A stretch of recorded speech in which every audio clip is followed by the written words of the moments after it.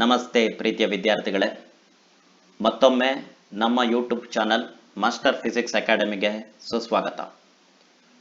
ಇವತ್ತು ನಾವು electric field produced by an electric ಡೈಪೋಲ್ನ ಎರಡನೇ ಭಾಗ ತಿಳ್ಕೊಳ್ತಾ ಇದ್ದೀವಿ. ಇಲ್ಲಿ ಪಾಯಿಂಟ್ನ ನಾವು ಇಕ್ವಟೋರಿಯಲ್ ಆಕ್ಸಿಸ್ ಮೇಲೆ ಕನ್ಸಿಡರ್ ಮಾಡ್ತಾ ಇದ್ದೀವಿ.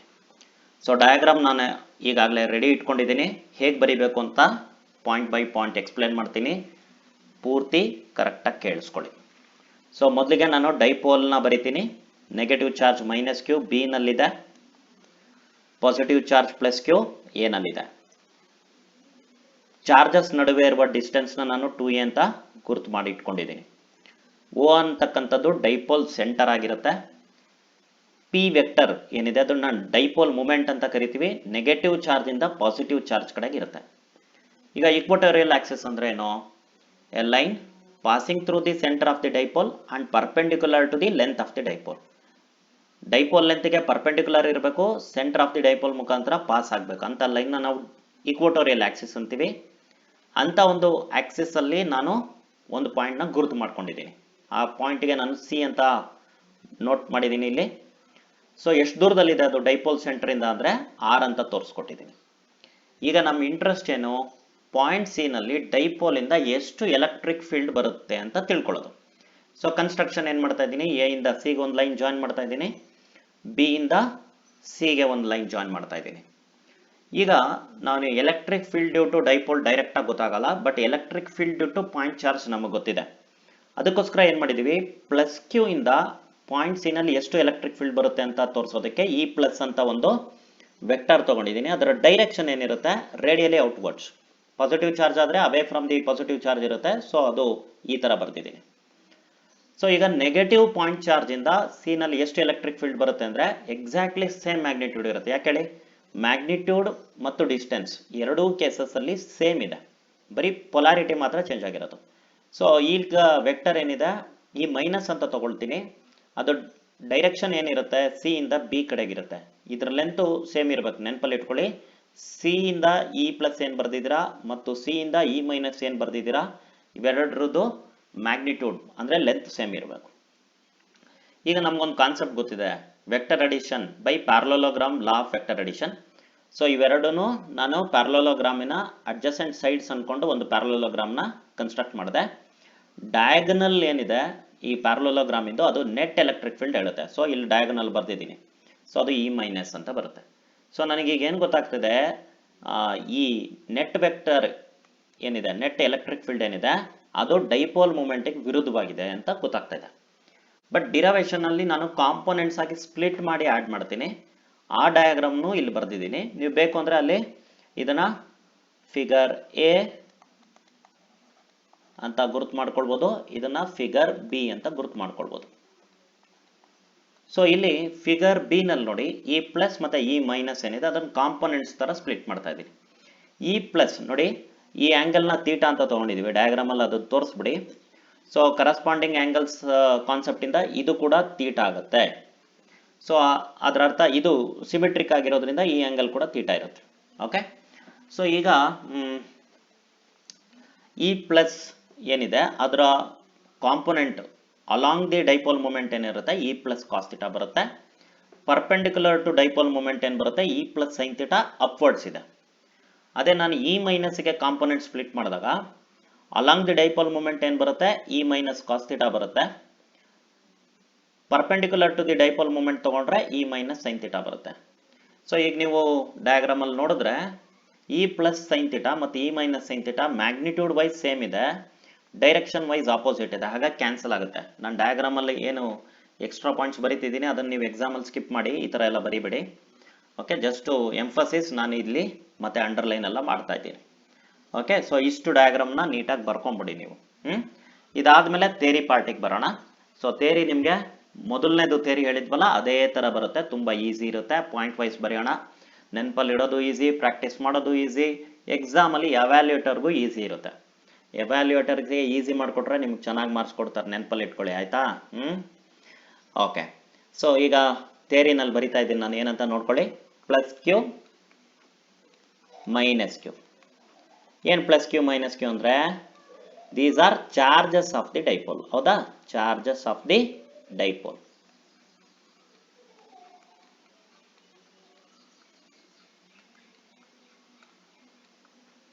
ಸರಿ, ಸೊ ನೆಕ್ಸ್ಟ್ 2a ಅಂತ ತಗೊಳ್ತೀವಿ. ಸೊ ಇದು ವೆಕ್ಟರ್ ನೆನಪಲ್ಲಿ ಇಟ್ಕೊಳ್ಳಿ. ಇದಕ್ಕೆ ನಾವು ಡೈಪೋಲ್ ಲೆಂತ್ ವೆಕ್ಟರ್ ಅಂತ ಕರಿತೀವಿ, ಡೈಪೋಲ್ ಲೆಂತ್. ಸೊ ವೆಕ್ಟರ್ ಅಂದಮೇಲೆ ಡೈರೆಕ್ಷನ್ ಇರಬೇಕಲ್ವಾ. ಸೊ ಡೈರೆಕ್ಷನ್ ಹೆಂಗಿರುತ್ತೆ, dipole length directed from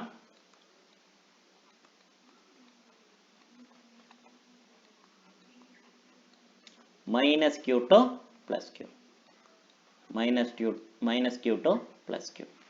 so ಇದಾದ್ಮೇಲೆ ಡೈಪೋಲ್ ಮೂಮೆಂಟ್ ಬಗ್ಗೆ ಮಾಹಿತಿ ಕೊಡೋಣ. p is equal to, ನಮ್ಗೆ ಗೊತ್ತಿದೆ ಡೈಪೋಲ್ ಮೂಮೆಂಟ್ ಅಂದ್ರೇನು, product of either charge and the dipole length. So ಇದೇನಾಗಿದೆ, dipole moment.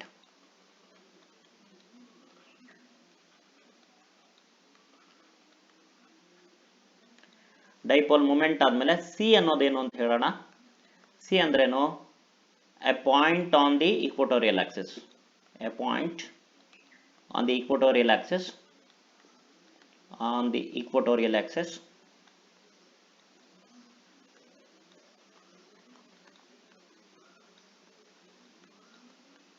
a point on the equatorial axis at a distance r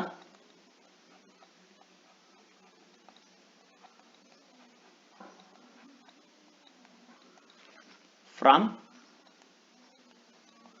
the dipole center.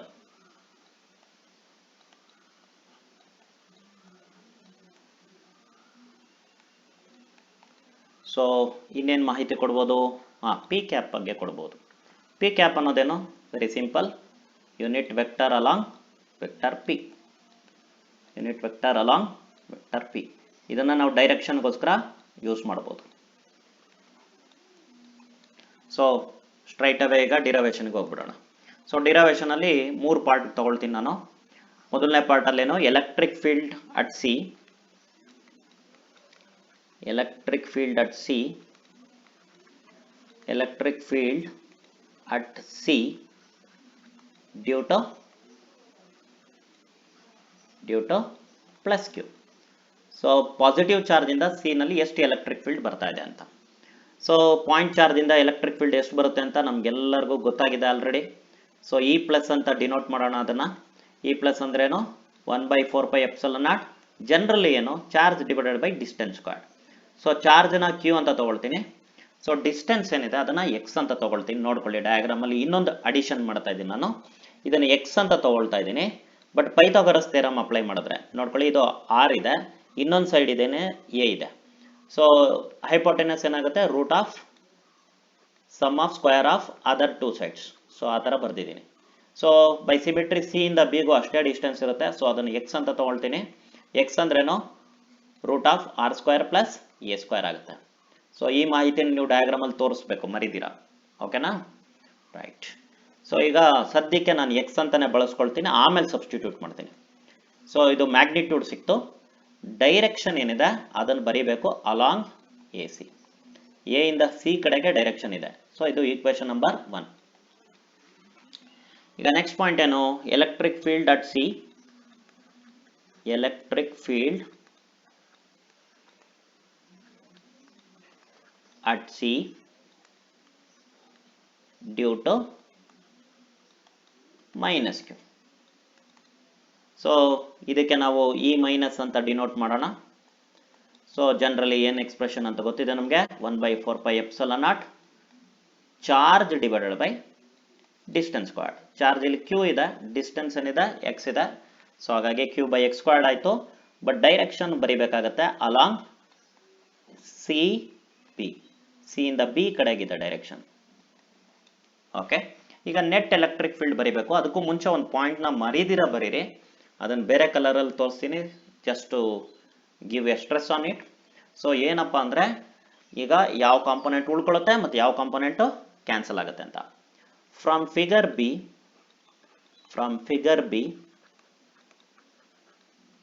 it is clear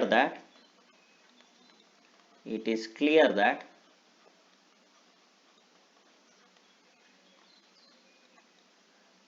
electric field components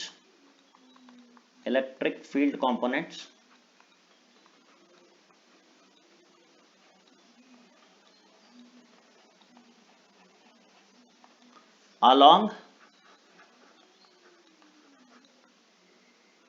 dipole moment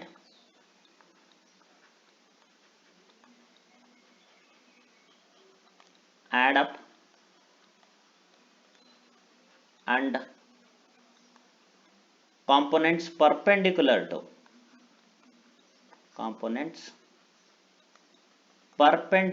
to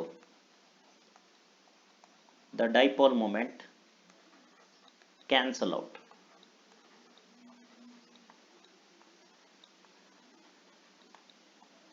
ಇದನ್ನ ಮರಿದೀರಾ ಬರಿಬೇಕು exam ಅಲ್ಲಿ, cancel out. ಯಾಕೆ ನೀವು next point ಅಲ್ಲಿ ಬರೀ E plus cos theta ಮತ್ತೆ E minus cos theta ತಗೊಳ್ತಿದ್ದೀರಾ ಅಂತ ಇದು ಹೇಳುತ್ತೆ. ಸೊ ಈಗ ನೆಕ್ಸ್ಟ್ ಪ್ಯಾರಾಗ್ರಾಫಿಗೆ ಹೋಗ್ತಾ ಇದ್ದೀನಿ. So therefore net electric field at C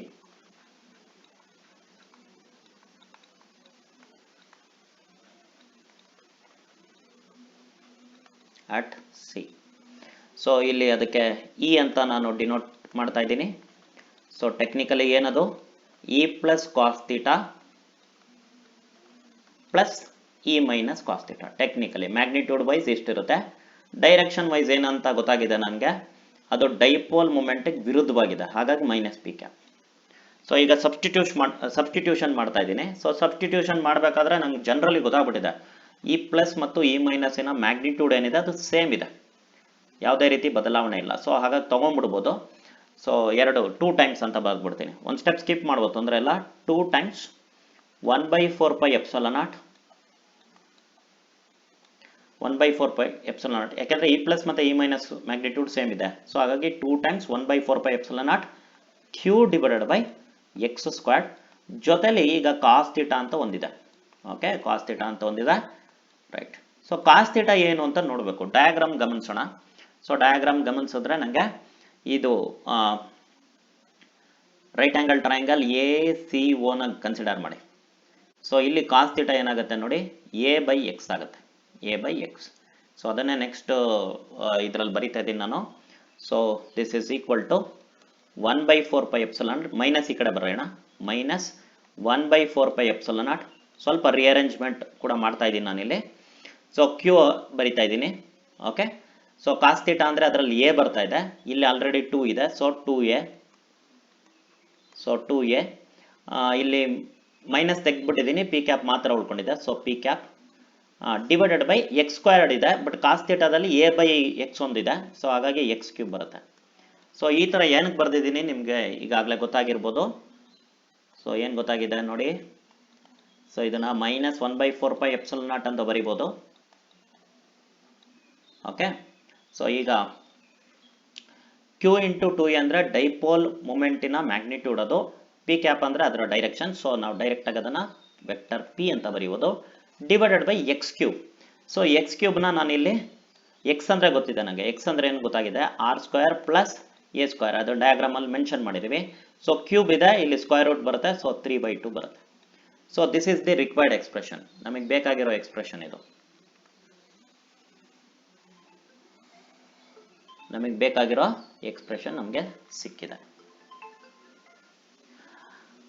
okay, so ಈಗ ಶಾರ್ಟ್ ಡೈಪೋಲ್ ಇದ್ರೆ ಏನು ಮಾಡ್ತೀವಿ ಅನ್ನೋದು ಕೂಡ ಬೇಕಾಗತ್ತೆ, ಅದನ್ನು ನೋಡೋಣ. ಓಕೆ, ಅವ್ರು ಕೇಳಲಿ ಬಿಡಲಿ, ಶಾರ್ಟ್ ಡೈಪೋಲ್ಗೆ ಫೈನಲ್ ಎಕ್ಸ್ಪ್ರೆಷನ್ನ ಬರೀರಿ. ಸೊ ಫಾರ್ ಶಾರ್ಟ್ ಡೈಪೋಲ್ ಅಂತ ತಗೊಳ್ತಾ ಇದ್ದೀನಿ. ಫಾರ್ ಶಾರ್ಟ್ ಡೈಪೋಲ್, ಏನು ಶಾರ್ಟ್ ಡೈಪೋಲ್ ಅಂದರೆ ಆ ಡಿಸ್ಟೆನ್ಸ್ ಆಫ್ ಪಾಯಿಂಟ್ ಸಿ ಇದೆಯಲ್ಲ, that will be very very greater compared to dipole length. For short dipole ಏನಾಗಿರುತ್ತೆ, r will be much greater than a. ಇದರ ಅರ್ಥ ಏನು, r square plus a squared ಅಲ್ಲಿ a ಸ್ಕ್ವೇರ್ಡ್ನ ignore ಮಾಡಿ ಅಂತ, ignore ಮಾಡಿಬಿಡಿ ಅಂತ.